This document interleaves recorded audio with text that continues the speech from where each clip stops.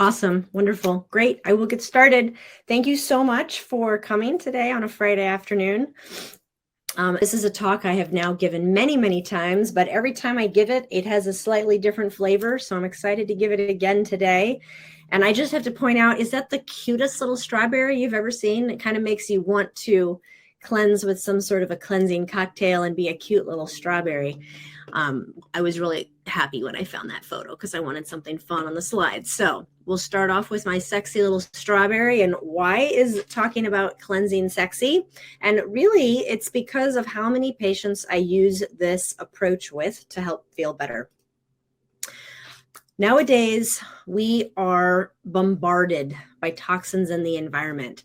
There's air toxins, water pollutants, preservatives, additives, cleaning products, smoke, dyes and paints, personal care products, lubricants, cosmetics, heavy metals.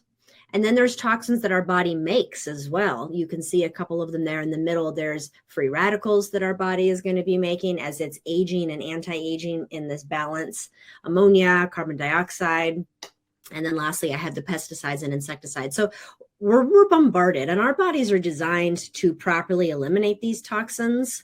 The problem is that when the burden gets too much, then our elimination processes get backed up, really is the issue. So there's this concept, one of my environmental medicine teachers taught, Dr. Krinian, Walter Krinian, he was one of the first naturopathic doctors that did a lot of environmental testing and environmental detoxifying. And he would always talk about total body burden. And the concept really is this individual on the left here is a healthy individual where our bucket, we have toxins because we're inevitably going to be exposed to toxins, but the bucket is low enough that we're not causing, there's no symptoms. It's kind of like we're exposed to these things and our body properly eliminates them as we're being exposed to them. So there's no backup or problems. But as our total body burden builds and our exposure to toxins just gets heavier and heavier and we're exposed to more and more toxins, then our bucket is going to get fuller and fuller and fuller and fuller. And then the individual on the right here, at this point, their bucket is so full that the liver cannot handle any other stressors, even a small stressor, even something like non-organic dairy. You know, at this point, if your bucket is that full, any exogenous exposures to stressors is going to stress out the body. It's going to burden the liver processes. It's going to burden the kidneys. We're not going to be eliminating things as efficiently. We're going to have a backup of toxins. We're going to have a reabsorption of toxins in the colon. And you can see here, is your bucket overflowing? So stress, processed foods, overuse of antibiotics, pathogens in the environment, environmental toxins, use of medications like NSAIDs. NSAIDs are going to be medications like ibuprofen and Motrin and food sensitivities. These all are going to build up, and it really affects the body's ability to handle the small little toxins that we inevitably are going to be exposed to on a daily basis that we should be able to just be exposed to, process, and eliminate. But what happens is the body's filter backs up. So what is a cleanse? When I talk to patients about cleanse, there's always an initial, ooh, what is it you're going to ask me to do? You're going to ask me to take away something that I love and tell me that I'm not going to lose weight unless I remove something that I love, like my morning cup of coffee or my bread. You know, people don't like the idea of a cleanse. So the one thing I want you to take home today is, how can you make a cleanse fun? How can you make a cleanse exciting? How can you make it friendly? How can you introduce the idea of a cleanse to your partner or your spouse or your kids, where it's not this idea of you're depriving yourself of something that you really love, but instead you are going on a trip to a place you've never gone before, and you're going to check it out. You're going to try some new things. You're going to meet some new foods. You're going to maybe introduce yourself to new recipes. I'll also say, I should have said this at the beginning, but if you have any questions, I'm totally fine with you just popping them in the chat. There is a slight delay. So when you pop them in the chat, know that I will see them once they pop up. I think there's about a 20-30 second delay, but know that I will get to those questions. So what is a cleanse? A cleanse is whatever you want it to be. It's a short-term change that's going to focus on helping the body to remove stored toxins, and you're going to support the body's elimination pathways. Now, I say here 3 to 30 days. Anyone can do anything for 3 days, and usually people feel really good even after a 3-day cleanse of something. And that could be a cleanse of anything. That could just be a cleanse of not using your cell phone, not using social media, not doing emails. We kind of take a cleanse on the weekends from work. We pause our brains, we think differently. And depending on what your goals are we trying to reverse cholesterol problems? Are we trying to reverse fatty liver? Are we trying to lose weight? Depending on what your goals are, that's where it's helpful to have someone that has experience with cleansing, where they can say, this is not going to be enough to reach your goal. If you're trying to reverse fatty liver, a 3-day cleanse is not going to be enough. You're going to need to do something more intense, more aggressive, and probably even more than once. Many times I'll explain to my patients, if we're trying to use cleansing as a way of reversing diabetes or insulin resistance, for example, I'll tell them, plan on doing a cleanse 2 to 4 times per year. We change the oil in our car that often. I mean, let's expect the same from what we can do for some self-care, is to basically press the reset button. And you can kind of look at your goals and decide what makes the most sense for you. So the symptoms that are going to be helped by a cleanse, the symptom list is huge, because when you have a backup of toxins, nothing in the body works as well. The brain doesn't work as well. You have brain fog, you have neurotransmitter imbalances, you have hormone imbalances. And so the list of symptoms, this is just a small list of symptoms, but these are also probably the most common symptoms that I even treat. Fatigue, constipation, brain fog, allergies and acne, digestive problems, gas, headaches, indigestion. All of these symptoms are going to be improved by doing a cleanse. Now, maybe you're going to need to do more than a short cleanse, or maybe you're going to need to do more than a single cleanse. Maybe you need to do a cleanse, once or twice a year. But the benefits, the list goes on. Your brain works better, your mood works better, you can think better, your skin is clearer, your circulation's better, metabolism will be better, digestion will be better, your allergic response will be better. So what does a cleanse entail? I like to think of it as 3 things: out with the bad, in with more of the good, and supporting the body's elimination pathways. And we will talk about what those pathways are. So starting out with the bad. So what is the bad stuff that we're frequently exposed to? And I kind of group these down into, there's the food categories, and there's also some other environmental exposures that we have to remember. So the food things, 15 years ago when I started practicing medicine, this was kind of a newer concept to people that were unfamiliar with naturopathic or alternative medicine. But now everyone knows that this is the junk. Everyone knows that sugar is problematic.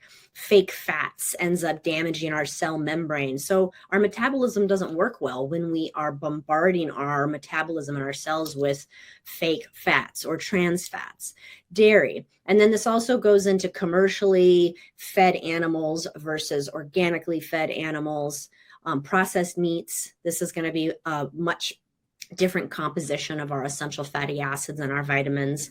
Gluten, gluten by itself, gluten is a very inflammatory protein. If you just put wheat in a bowl and you put some water in there, what happens? It blows up like a ball and you get this blob of dough that you're going to make bread from. If you were to eat wheat and you put it in your stomach and you put some hydrochloric acid and enzymes and water in there, what's going to happen? People bloat.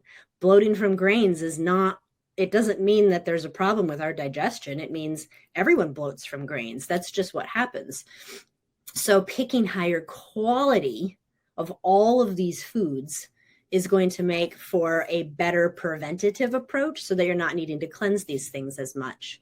So any of these bad foods, one of the best things to look at is how can you pick better qualities of these things? Just healthy fats, organic and free-range meats, If you're going to do gluten, I don't know if you guys have heard these stories where I've had patients unable to tolerate gluten here in the States. Any gluten, it flares up their IBS, it flares up their Crohn's, ulcerative colitis, it flares up migraines, it flares up PMS. They go to Europe and they can eat pasta and bread in Europe, and it does not seem to trigger migraines. It does not seem to trigger PMS symptoms. And that's really just because of how the wheat is grown and how it's treated. Here's some invisible bad guys. We have everything in the air. You know, even just thinking about patients that live by golf courses, which here in Arizona, everyone lives kind of near a golf course because they're all over the place. I had a patient where she would track her migraines, and the migraines were always happening right after the city did their spraying around the golf course. So we're constantly inhaling these toxins, and we have no way of knowing what they are, keeping track of them. You know, you can monitor your air quality index. And that can be depressing, just watching the air quality not be as good as you want it to be. So what can we do is we focus on cleaning out the liver. We focus on doing what we can do to help clean out our lungs. We get exposed to toxins in our water, our soil, how the soil is used to grow our food. This is supposed to say cosmetics, not cosmetics, but our cosmetics, our creams and our lotions, for example, they're usually using parabens. Parabens you can feel in your moisturizers. And if it's super, super slippery, you know there's parabens in there. Heavy metals, those are all going to be toxins. Sugar, this is a really cool photo that I just explained to people that carbs all get broken down into sugar. And the whole problem with sugar is that sugar is sticky, which means whatever it touches, it's going to cause a little bit of oxidation and cellular damage. So a diet that's too high in carbs or that's too high in particularly refined carbohydrates and sugars is going to cause damage to blood vessels and nerves and cellular damage problems. This is a very long list, which I will not go through, but all of the problems that sugar affects, it inhibits our immune system, our mineral status. It causes adrenaline problems. It affects eyesight. It affects the digestion. It affects the immune system. Tooth problems, gallstone problems, hemorrhoids, varicose veins, osteoporosis, blood pressure, absorption of other proteins, food allergies, eczema, atherosclerosis. The list really is hilarious in terms of all of the things that sugar cause problems with. Now, this doesn't mean all sugar is bad, but it does mean that sugar alone, eaten unopposed with your protein and your fat and your fiber, is going to cause way more problems. Grass-fed beef. Grass-fed beef is going to be much higher in your vitamins. It's going to be higher in your vitamin A and your E and your omega-3s. So just take 10 seconds and jot down the foods that I just went over that you eat at least every day. Are there any foods on that list that you eat every single day?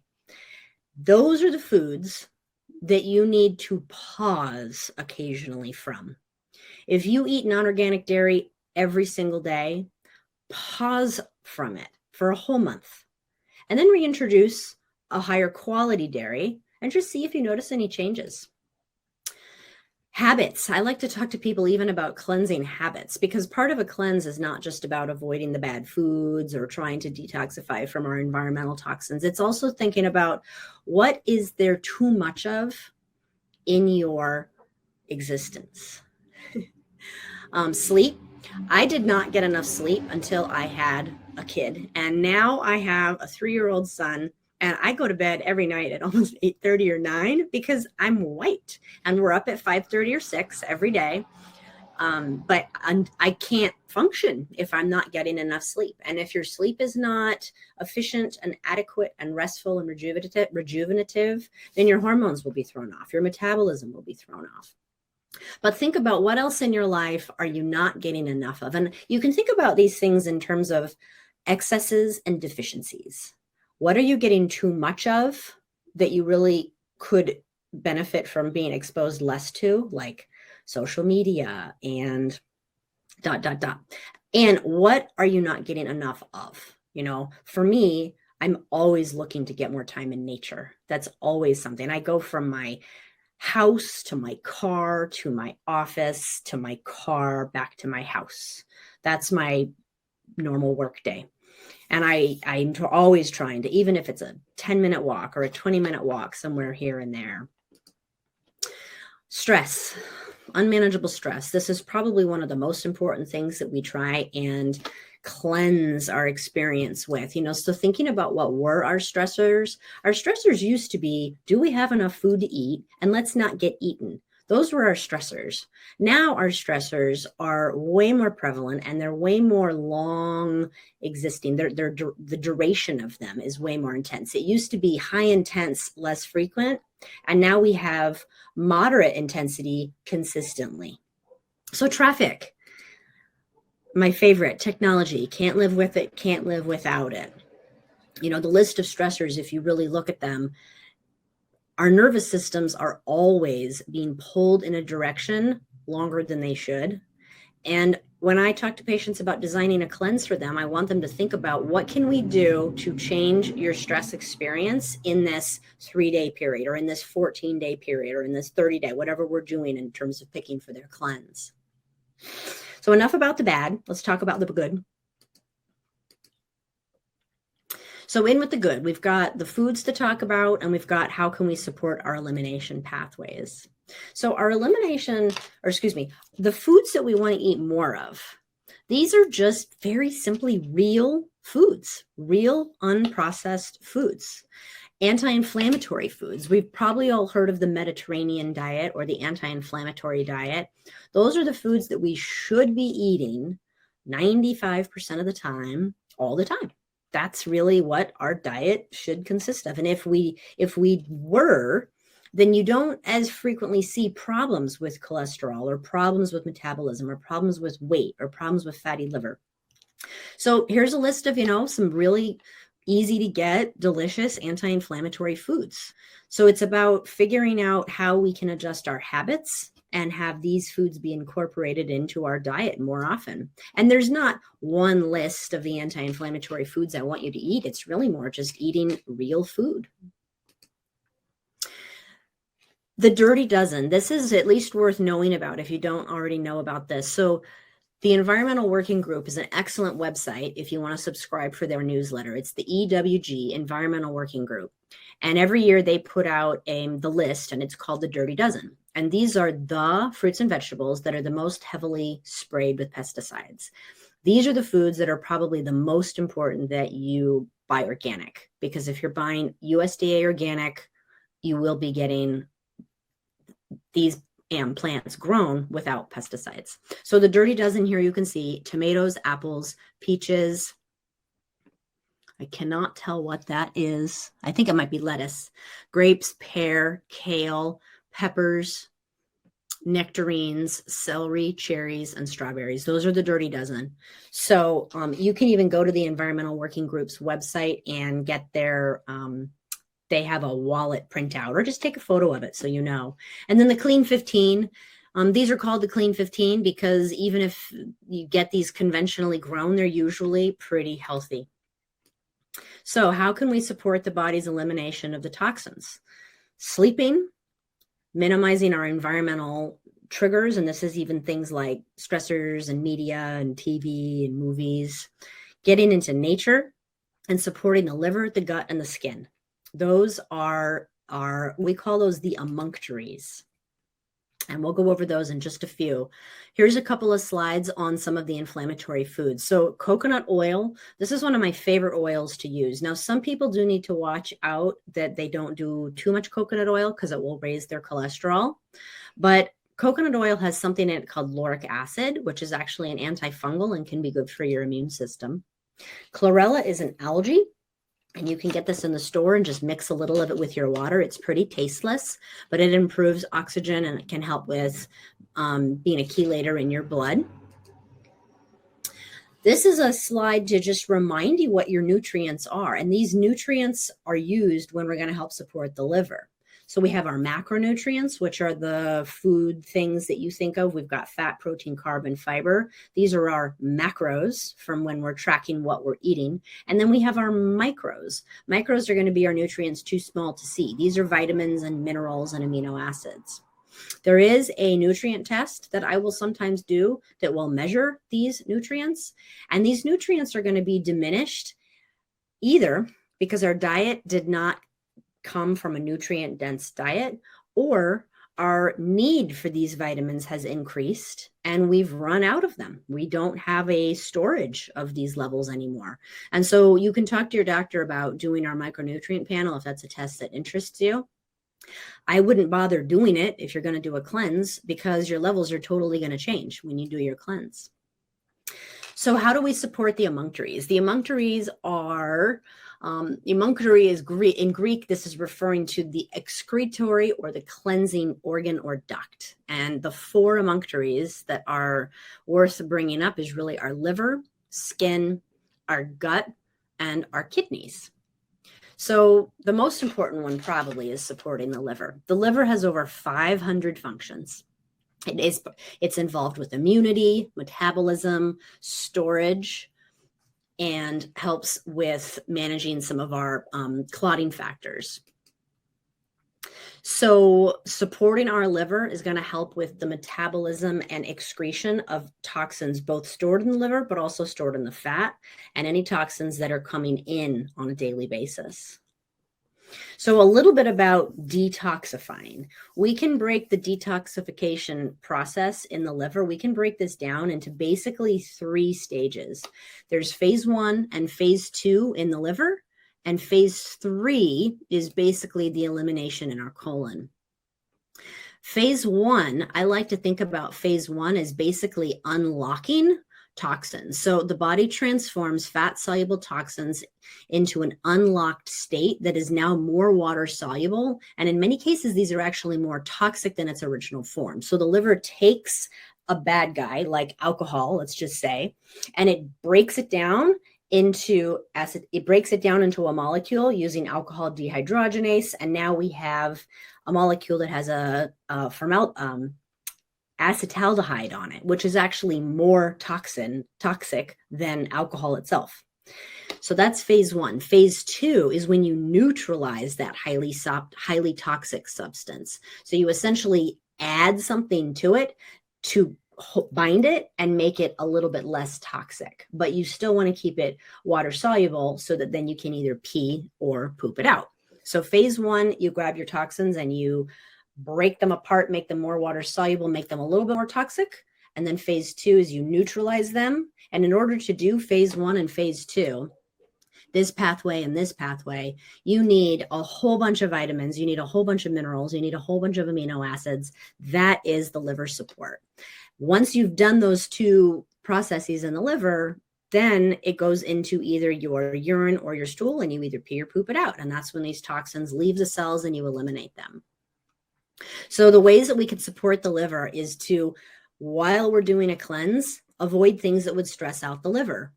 Don't be eating sugar, don't be drinking alcohol, don't be exposed to cigarette smoke. There are a number of herbs that help to support liver function, gallbladder function. There's some amino acids that the liver will use, and there's some vitamins and minerals that will help to support phase 1 and phase 2 detoxification. There's antioxidants to help to keep these things in there and detoxify. There's teas that have some of these herbs in them. So people that enjoy teas, I'll have you be drinking a detox tea maybe a couple of times a day. And castor oil packs. This is a treatment where you take castor oil and a wool cloth, you put it over your liver, you put a hot pack on top of your liver, and you sit there for 20 minutes and you have a hot castor oil pack sitting on top of your liver for 20 minutes or so. And it's increasing circulation and increasing lymphatic flow to the liver. And you're having a nice little detox session.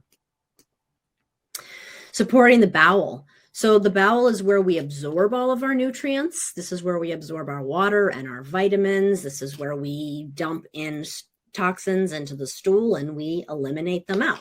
So what's most important here is that whatever we put into the bowel stays there, so we actually poop it out. Now, certain foods can irritate our intestines, and this is when I consider things like food sensitivities. Um, identify any food sensitivities either from doing an elimination test or from doing what I mean by an elimination test is you take the food out. So either you do an elimination where you take the food out, see how you do, and then you put the food back in and see how you do. Or there's also blood tests that you can do that will check for food sensitivities. But any sort of a trigger or an irritant is going to cause inflammation in the gut. And over time, that inflammation can damage the lining of the intestines and lead to malabsorption, and that then leads to nutritional deficiencies. So making sure you have a healthy gut is going to help with the cleanse. This is an example of a food allergy panel. And you can see here this particular patient had reactions to dairy and to eggs. They also had a reaction to beef and lamb. Everything else on here looked pretty normal. Organic versus non-organic, this is, I think this is old. I think this is from 2018 or so, but organic is more expensive, but not always by a lot. And, if you can afford to eat everything organic, do. If you can't, then pick the dirty dozen and have those be the foods that are most important. Our skin. Our skin is also where our lymphatic system is going to be. So anything that we can do to help to support our skin while we're doing a detox, whether it's a 3-day detox or a 30-day detox, there's teas you can drink. Dry skin brushing can be helpful. Just drinking lots of water is going to help hydrate your skin and eliminate toxins stored in the fat cells. Coconut oil rub, oatmeal bath, hydrotherapy.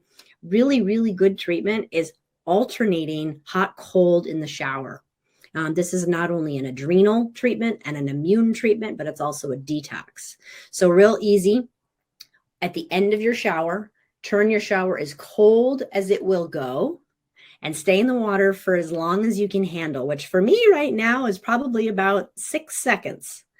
And then I go back to the hot and I warm myself up. So I'm doing cold for about 6 seconds. And then I go back to the hot for probably about 20 or 30 seconds. I get nice and hot again, go back to the cold for 6, maybe 8 seconds, go back to the hot.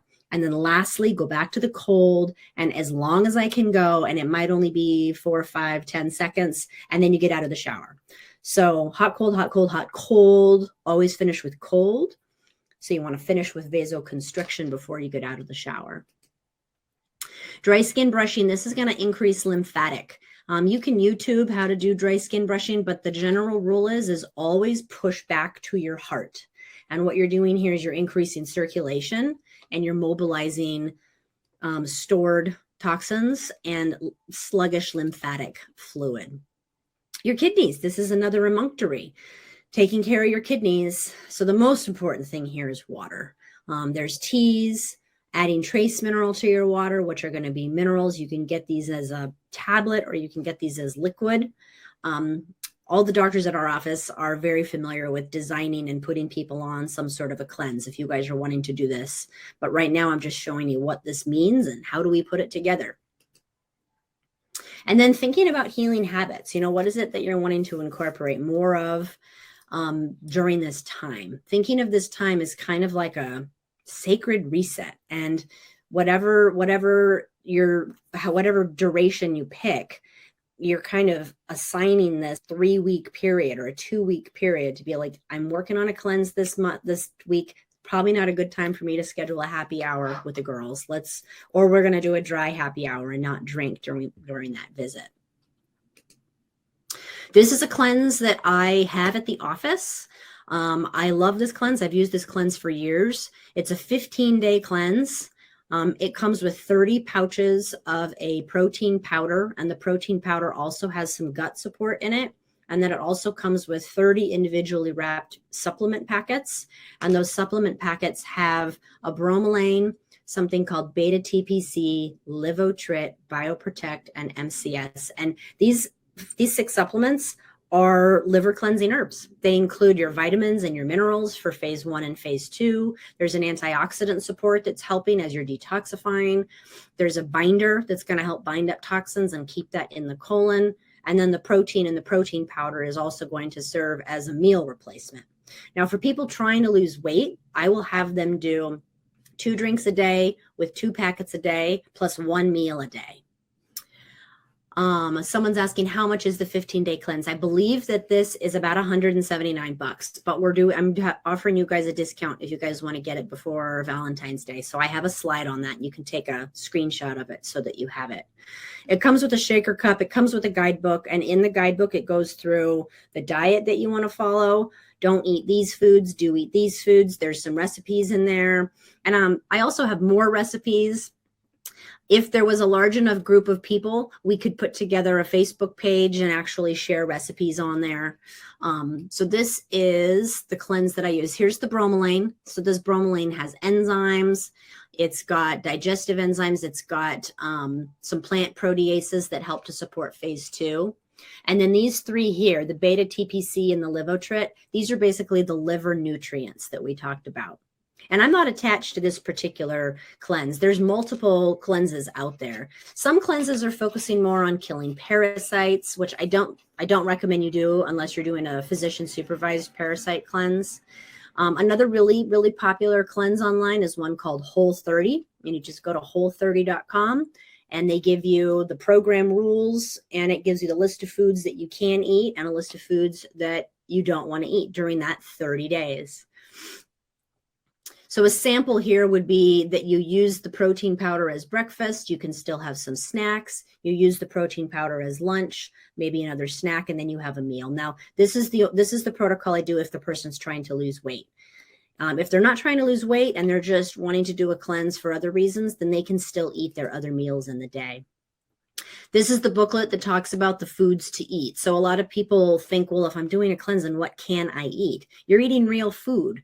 I realize that this is small, but you can eat organic free-range chicken, turkey, lamb, rabbit, bison, venison. And part of this is about meeting new foods. You know, if we look at the meats that you don't want to eat on a cleanse, you don't want to eat pork, veal, cold cuts, hot dogs, sausage, canned meats, tuna, mackerel, shellfish, and soy protein. Those are basically the foods that we cross off during that cleanse.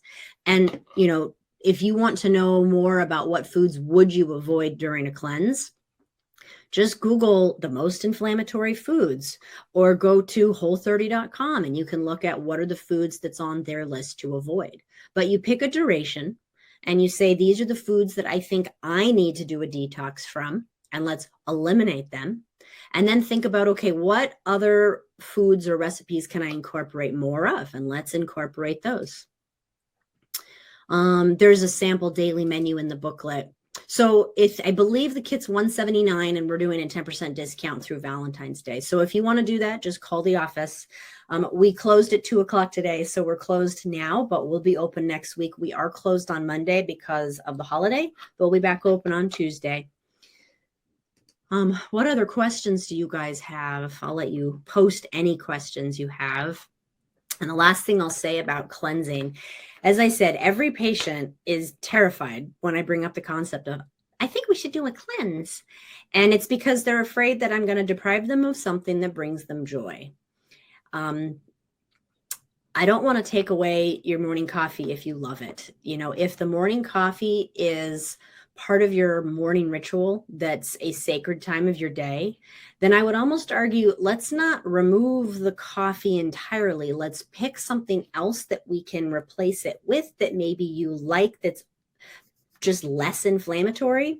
There's all these coffee alternatives now. There's mushroom coffees. There's, I don't know if you guys have heard of mud water, but it's incredibly delicious and it's a kind of a coffee alternative.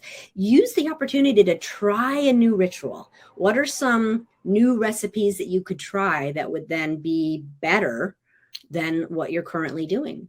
So when I design a cleanse for people, it's not about deprivation. It's about how can we add something that might become a fun new habit moving forward. You know, the cleanse adds an abundance of these ideas and healing foods. So think about cleanses that way. It's really more of a reset. It's more of a, what am I exposed to too much or too frequently? And what are some healthier things that I should do? And you design a 3-day or a 1 week or a 15-day or a 30-day or a 6-week kind of plan and think about following it. And then you can wax and wane, right? Any other questions?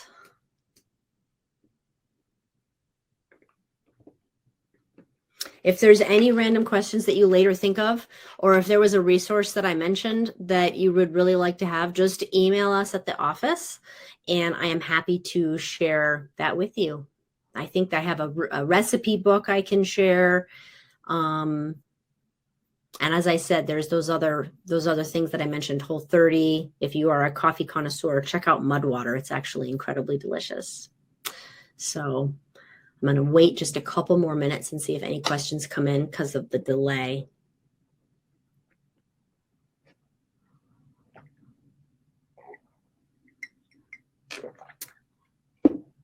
I think that's it. I think I'm going to let you guys go and enjoy your Friday afternoon. I cannot believe it is 77 degrees out there. Enjoy, everyone. Take care, and cheers.